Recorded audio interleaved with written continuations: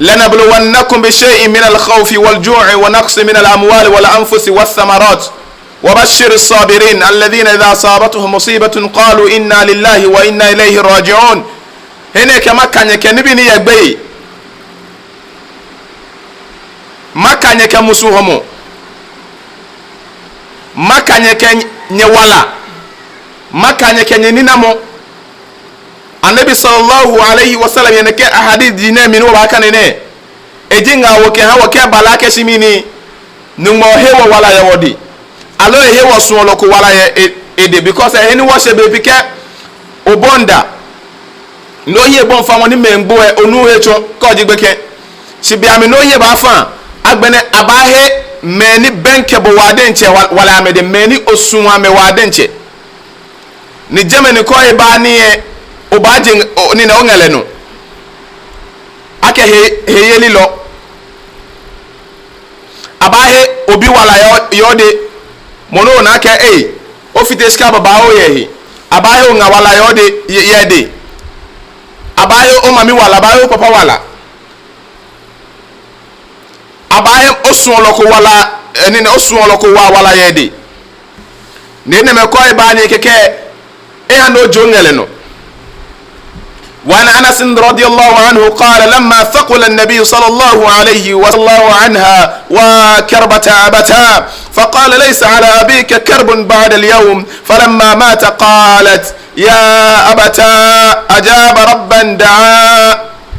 يا أبتا جنة الفردوس المأوى يا أبتا جنة الفردوس مأوى يا أبتا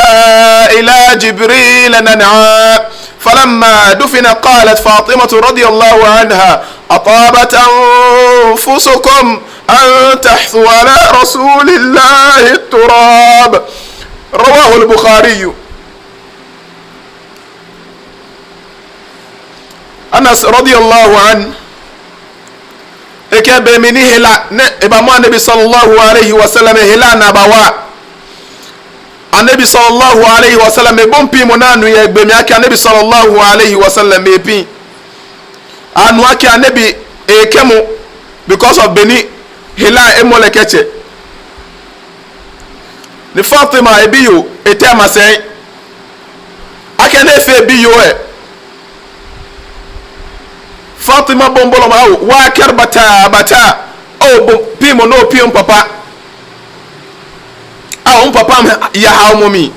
na nabi sallallahu alayhi wa sallam na Fatima yarawo sha nabi sallallahu alayhi wa sallam la wayo mo shako yemo ne yeji laysa ala abika karbun ba'da al-yawm e ke ono papa ke jangmene se ke ya e chompi mo min don nabi sallallahu alayhi wa sallam ke je biene se ke je biene ke ya ile ake gbele mbebani nale ne ke Fatima ke shi ke jangmene se ke ya o papa numpi mo e don.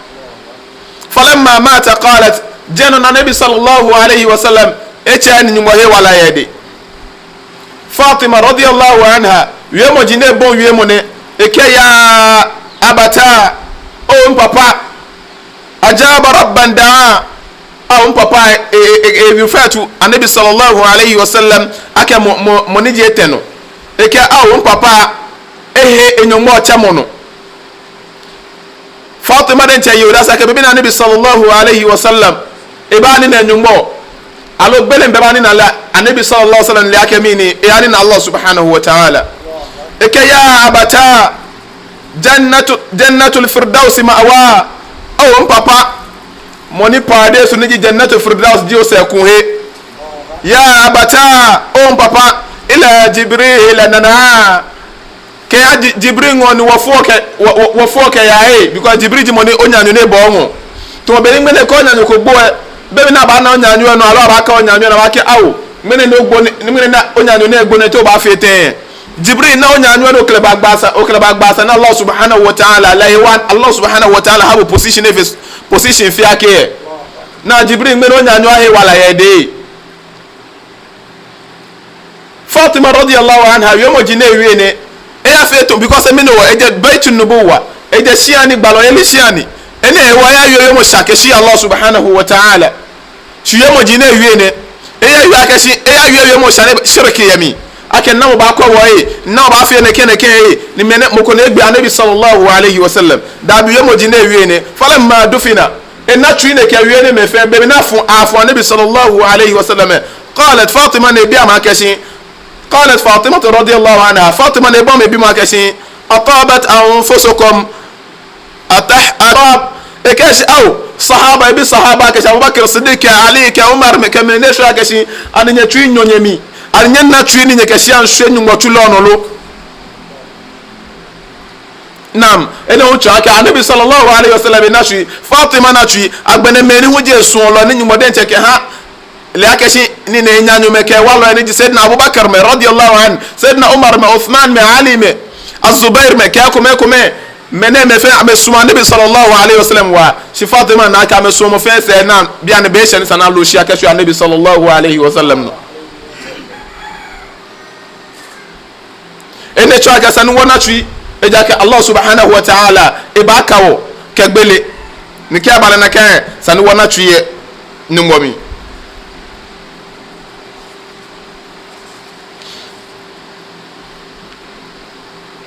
وعن أنس رضي الله عنه قال مر النبي صلى الله عليه وسلم بامرأة تبكي عند قبر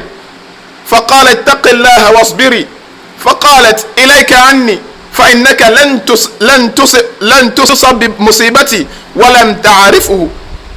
فقيل لها إنه النبي صلى الله عليه وسلم فأتت باب النبي صلى الله عليه وسلم فلم تجد عنده بوابين فقالت لم أعرفك فقال إنما الصبر عند الصدمة الأولى متفق عليه وفي رواية لمسلم تركي على صبي لها النبي صلى الله عليه وسلم أنس رضي الله عنه كان النبي صلى الله عليه وسلم هو يوكوه نينك يونيفو إدمو بنبوه نيفو النبي صلى الله عليه وسلم كالك اتق الله واصبري النبي كالك شيء senyo ngbe no natui senyo ngbe nanyo ngbe semu ni agbene hu e onatui no ni yo eje na ne ke anabi sallallahu alaihi wasallam kala ke ilaika anni e ke anabi akeje no ke anabi ke fata eji fa innaka lan tusab musibati e ke anabi akebo no ne ba ni na me ko ni na ko bonu an ko mi no ko mi bebi na kadi bene yole be ami no owo muko ngako o kala ka na tuye na keshi experience ko ne atomi e na bo chokom na no call ene na na be call na kan wa ne be denche bi fi ake tan yehi ni le na ebi ko mepe na egbo ebi nu ko mepe na egbo ne du ogbonyo bula he ne fo ne ken tulashi na ma akekwa ya kemo ko gbo ka foto be ne wona keshi na Fatima ifo e anabi sallallahu alaihi wasallam be me ne bi yoko bigbo ewole ke fon shuano ne anabi sallallahu alaihi wasallam efo jena bi anabi sallallahu alaihi wasallam ka anabi minine na anabi sallallahu alaihi wasallam e kama kashi ene je ake ya afoni ni nke shanyo malo no ko dabi se ne mobo na nyu ka wa de satrimi ake ga no ko mebo e no na kan ni oba misle ona na kan no don eji mobo na mo na kan mobo na mo ne o feel o trimi e ka na kan no dino ne ji opo yo ngba mi ake ya afo e wonam yafo agma yafo gbe islami shije na ke ntulashi na ke na ni na nabi sallallahu alaihi kala ke shi ittaqillaha wasbiri natwi no shenyu mogbe ne ka nabi sallallahu alaihi wasallam ke ilayka anni jenno fa innaka lan tusab musibati bo no ke mi yone noni eni na mi ko ni nakobo na ka jibe ne ka nabi muhammad sallallahu alaihi wasallam sho yamna na ka shi walam ta'rifuhu shele mone ke yo ele aka balo muhammad sallallahu alaihi wasallam ke yo faqila laha jana kala kashi innahu an-nabiy sallallahu alaihi wasallam samina nabi eten mo ko kala kashi mono ke yo ele balo muhammad sallallahu alaihi wasallam fa atat baba an-nabiy sallallahu alaihi wasallam jamane ba nabi sallallahu alaihi wasallam shinashi akabe ne sha nabi sallallahu alaihi wasallam ya gbo na falam tajid indahu bawabin yani na gateman alo watchman alo security man na medumo gate na فقالت دمن يوكا النبي صلى الله عليه وسلم لم اعرفك ان لبنوان ينوني يو فقال النبي صلى الله عليه وسلم كلا كشي انما الصبر عند الصدمه الاولى ka ka trishi to en no di biamini dole no ko ba ni na bo na kan biamini na kan nie do na kan biami amro mi na to no na tri de biamini se me na ehejo ani o to le mi ake gbalo Muhammad sallallahu alaihi wasallam jibi dan o le yemu no kemin ba wi yana ke hadith ne mi e cho wa keshi be pie ke onani mo ko nje gbalo Muhammad sallallahu alaihi wasallam ale yemu shako keshi gbalo Muhammad sallallahu alaihi wasallam islam e me gba keshi attack na kan mo jana kan mo atole mo ni ji gbalo Muhammad sallallahu alaihi wasallam jamone le gbalo Muhammad sallallahu alaihi wasallam kaje se me le gbalo Muhammad sallallahu alaihi wasallam ni ejele ale yemu shako keshi le bien sana take measures na kan mo no because the me pie na me jog gbalo Muhammad sallallahu alaihi wasallam shamele mo ni ji le gbe keke na me no ona ne ke yo ne noko be na fe le si mo atole akenamu mo no ke ye le ji gbalo Muhammad sallallahu alaihi wasallam no ne ji enyo ne ke no cho wa ka si je jo kwegbo ma de sanye because mi no ne eyo ake me ne di nyu gbalo ani be mi na nabi sallallahu alaihi wasallam e ba ewo atale ejwe ne efitoba ne toba ya ta nwe na hie ni ne atale ne ja hie ko ma mi ha le konke ejo no ko ani ne ke yo ne eyo ake me ne nyu gbalo ni me hie se me ake so de hie ake klante hie se ke mba ko eyo ake me ne nyu gbalo ni ko ba yo shaka ni gbalo Muhammad sallallahu alaihi wasallam eyo normal although lady the president of the world at that time lady the king of the world at that time ke ba shi bia ne nche mlani yo ni ne manche o ni le lo ka shi prophet Muhammad sallallahu alaihi wasallam prophet Muhammad sallallahu alaihi wasallam is never a was but always a is and forever anabi sallallahu alaihi wasallam ke I refer to le aka he was yani lemi nona akwa shi he is keje na kan biam ke ashibia na ke ashina no eni leji no ni erulo whether money sumo wasu wala kari hal kafiruna wal mushrikuna wal fasiqun efon fi le kama sumo ka kafiri je sumo bala Muhammad sallallahu alaihi wasallam he is the man of the moment shi kuma be na ka shi ne hie be me ne hie ni yo enale po enale tumo ya fo ko pokeke eyo aka me ne di bala Muhammad sallallahu alaihi wasallam mino ne yo na ka shi ajike watale ni ne wuya ewu ataleji ni anake shi mene mantemata na ne wo crown ko ke ni me yen ko pongo jike eseke ni ne tejiji nko kwa yo ake mene gbalo Muhammad sallallahu alaihi wasallam ko ba yo le na no ne jete no akabe me ne yo eshi na ahie walam tajid indahu bawabin ne sha yeme ana bawabin ana gatemen receptionist mene moko ka obabote eshi amie wallahi ya eko ni je julo mbeba jule je no kono ko mbeba fele so ne kete no bo ya jo san ne ke da to se na sa wo camera ne ke do fe ne ko fe ne ke no do abote jeme le one position e ehie wallahi she ni ne ta te imam Makkah position awni wa ke sahabi Allah nabi Muhammad sallallahu alaihi wasallam shimena ke imam yele to manche yele masala chimina bata imam ke shi labi aga mene chief mene ne ke no wole tashi eta masala chen jawo se hale ne tashi nyumaje wo ke jemi jawo se ale masala che mene tashi dan ne bana ga he mene manche ni ake tokotoko libi amanche mene ke ne ke manche mene me ahu manche wonye me ga me ona afi ne na ma ba wa na gu na kan amona mache ga adangbe musin council amona me ka me ya umbia na ma me amewele manche me amombia na me mo afi ne ke nyanyina koni ke bana ga mene manche ni ba kuma aka nabi sallallahu alaihi wasallam biya bina la la ke le jigbalo Muhammad sallallahu alaihi wasallam biya bina be she wa bana bawabi ne ejeme abana gate men ejeme e shi jani bi so ne ko be ngu bala street no kele o ban na no kele wi to be ko ka Allah ba wi e ko ka shi ya Allah o cha Allah subhanahu wa ta'ala straight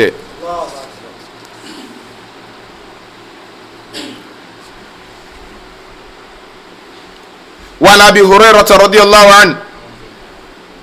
أن رسول الله صلى الله عليه وسلم قال يقول الله تعالى ما لعبد المؤمن عندي جزاء إذا قبضت صفيه من أهل الدنيا ثم احتسبه إلا الجنة رواه البخاري النبي صلى الله عليه وسلم يكاكشي الله سبحانه وتعالى اتشون يكاكشي ما لعبد المؤمن عندي جزاء يكاشي إنهم كبه نموكو يهي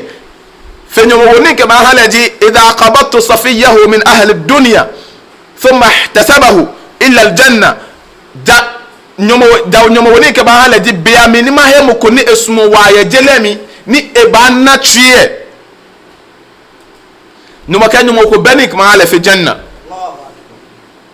wo fe ready Allah subhanahu wa ta'ala ko la he wote me ko wason la awala da bia na ba kan de ba he wason la wala yamede shuna na pa agbaji wo ba na tunu ba yoyo mo ni mi ni isa bebe ni Ibrahim alayhi salatu wassalam egbo anaka nabi sallallahu alayhi wasallam ya fun fote kenje ngba mi sahaba ame fi ame na pe aka nabi sallallahu alayhi wasallam ka fo shi bina na nabi ya ta ko ni efo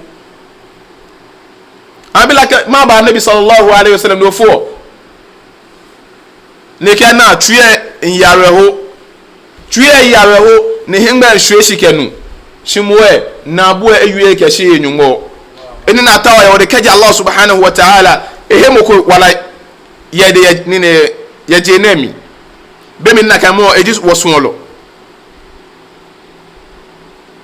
وعن عائشة رضي الله عنها أنها سألت رسول الله صلى الله عليه وسلم عن الطاعون فأخبرها أنه كان عذابا يبعثه الله تعالى على من يشاء ثم نعم ونشون يبيامين الله سبحانه وتعالى إباني ناو ni egba wa bomoto he wale no alo aka he wala yewode nana Aisha radiyallahu anha ebi anabi sallallahu alayhi wasallam an ta'un kan ko at-ta'un he ka ke at-ta'un no ji hela ko ni kana kan hela eba fe awunto ke ha mamu fe ke alo akuto mu fe ke to mameni to mo HIV alo Ebola hela ni ke ba ko na ke egbeme alo ke tenge nana Aisha ibi anabi sallallahu alayhi wasallam kan ko nake ata'un fa akhbaraha annahu kana adhaban yab'athuhu Allah ta'ala ala man yasha eke ene ejipimu ni Allah subhanahu wa ta'ala eke ya monila Allah subhanahu wa ta'ala esumuno faja'alahu Allah ta'ala rahmatan lil mu'minin si moni nyumba sumo moni edi nyumba jalo ke atene ke haumone shi hilane shi akelle efio mobo na moke hale bomono odi mu'min odi muslime no hiyo nyumba oyo akelle efio mobo na moke habu falaysa min 'abdin yaqa'u fi ta'un akaka nyumba ke inyonko bele ba bote ata'un mi ne ke haumone mi ke bia no make Ebola e bagana alono ko e mo fia boni inyonko fe nyoni ne ke no ne ba ni nale ke na ake ne ke ni eba ekutomi alo ma no po e fayam kusu fi baladihi sabiran ni efon kashi mano shimwe bahi mano bemene ya trishito ya biami hune lake muhtasiban ebake no fani sumo ebani nami ya'lamu annahu la yusibuhu illa ma kataba Allah lahu elake doko bani bani nami finoni Allah subhanahu wa ta'ala en ma ke bani nami no pani bani nami illa kana lahu mithlu ajri ash-shahid kaji ne ke gbomone ehina kan no miye nyumo he wala ya ede alo nyumo he wala ya de po kaji egbo e nyumo ke mena egbo to mena mona agbele ya ni ne agbele ya tami ya mi he o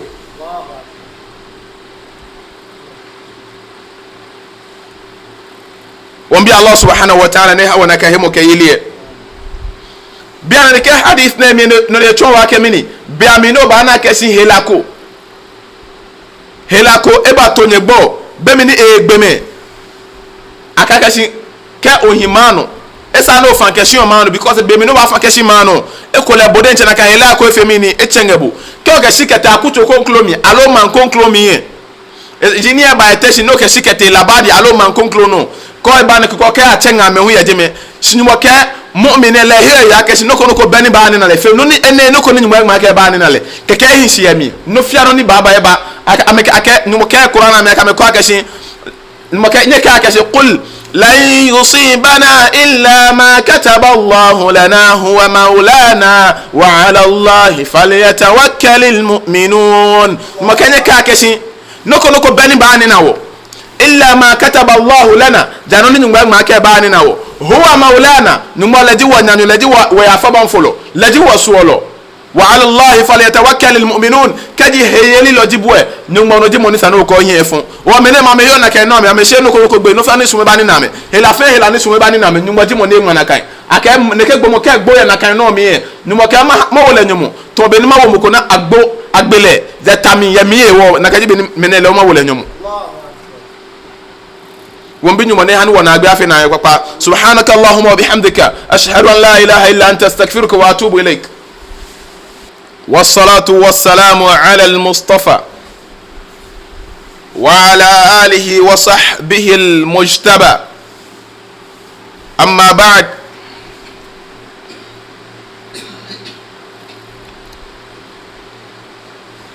Beloved, like we discussed last week, that as a Muslim, Allah subhanahu wa ta'ala has promised us nothing but a test, and when we pass the test, it's only a great reward that is awaiting us. Allah subhanahu wa ta'ala, He promised us that when we are patient with His afflictions and tests, when we pass, He is going to judge us. He is going to reward us without judgment. He said, إِنَّمَا يُوَفَّى الصَّابِرُونَ أَجْرَهُمْ بِغَيْرِ حِسَابٍ. Verily, I'm going to reward the patient ones without judgment. Allah is going to test us like He promised that in Surah Al-Baqarah. He's going to test us with food and water. We'll be hungry sometimes, no food and water. And some people, when they are being tested, then they go wayward. They go astray from the path of Allah subhanahu wa ta'ala. He said He will test us